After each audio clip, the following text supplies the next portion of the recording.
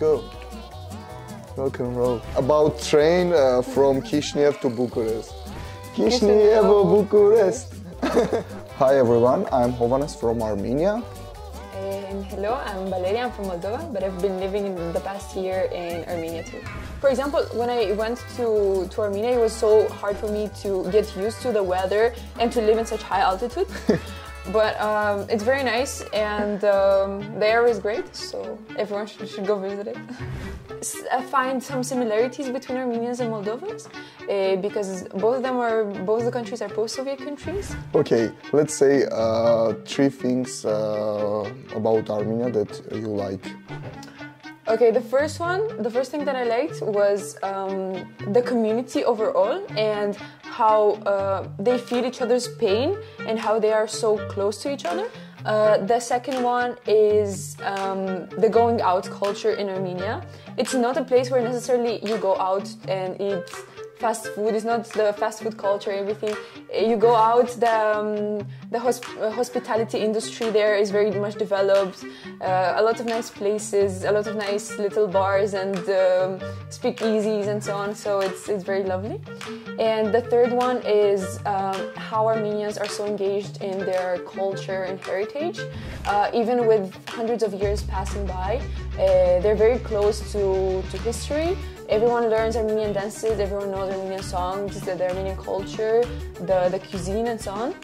And it's very nice how they respect and preserve that. Yeah, we are always respect our country. For example, you see that I'm always have my flag with me. Yeah, it's an Armenian thing.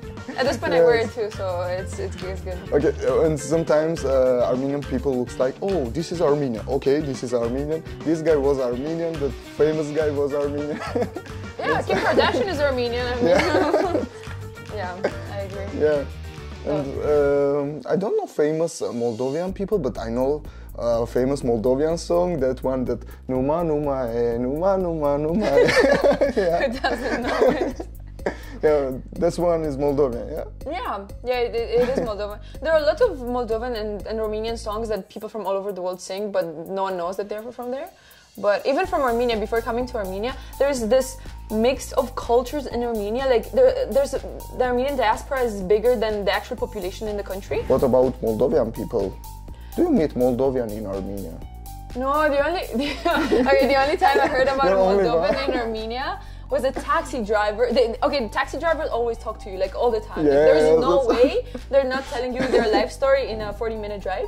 But he told me that they have many businesses in Europe, in USA, yeah. Everywhere. But they're drive taxi in Yerevan. Yes. And he told me that he appreciates and respects so much Moldovan women because apparently he's friends with a couple. Really, he really enjoys Moldovan women and the way we behave in a relationship. So yeah, that's the only time I heard about a Moldovan being in Armenia. If anyone goes there skiing in Tahkadzor, best place to ski. There is in the south of Armenia. There is Gyumri. Have you ever been to Gyumri? Yeah, of course, many times. It's called the cultural capital of Armenia, and it's amazing to do quests, go around the city. I don't know. There are a lot of very nice places, and I don't think that people talk about that enough. Like everyone goes skiing in I don't know, Austria, Italy. They go visit some other very common countries. But there are a lot of hidden spots that people should pay attention to. And you know that about Moldova, I love one thing, it's wine. Moldovan wine, really, it's the best one. Fair enough, honestly, fair enough. We also have wine, but I like that Moldovan wine, you know? It's very tasty, I mean. Yeah, I actually discovered a lot of wine types in Armenia too. Yeah, more like fruit wines. Like apricot, cherry. Yeah, I love pomegranate one. Yeah. But how is your relation with Armenian young people? I think like mostly everywhere in post-Soviet countries, you'll understand that teenagers are much more involved in politics and in what is going in the country, in the community, in helping and so on. You can see how affected they are by the political system and how much they're hoping maybe for a visa-free regime. What is your favorite Armenian dish? Because for me, it's... Okay. I'm not sure yet. Okay, first of all, it's horovat, Armenian barbecue. Yeah. It's very tasty for me. Yeah. Okay, sorry for vegan people or vegetarian people, but Armenian barbecue is the best and I'm eating every time. What about Monty? Manti. I love rapama more than manti. Yeah, it's very nice. And also the water in Armenia is really good to drink, right? Yeah. In Armenian, like we kind of learn a bit of usual phrases that we would need, which is fine. Very hard. I'm gonna complain.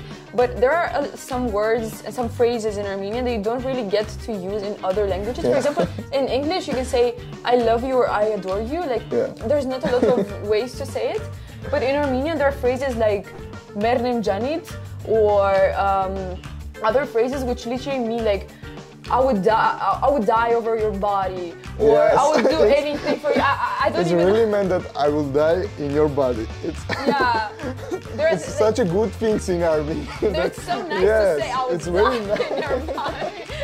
But if you are translating, it's not that. And Tsavat Tanem, take care. How we can translate it? Tsavat Tanem. It's same with Georgian Genats Vale. It's same, but we have translated take your care or okay. So no, it's really confusing translating it. But when you hear, if you tell an Armenian Mernem Chinese, you're like, oh my god! And it's just amazing. It's something that I wouldn't understand how they feel about that. It's crazy. Yeah.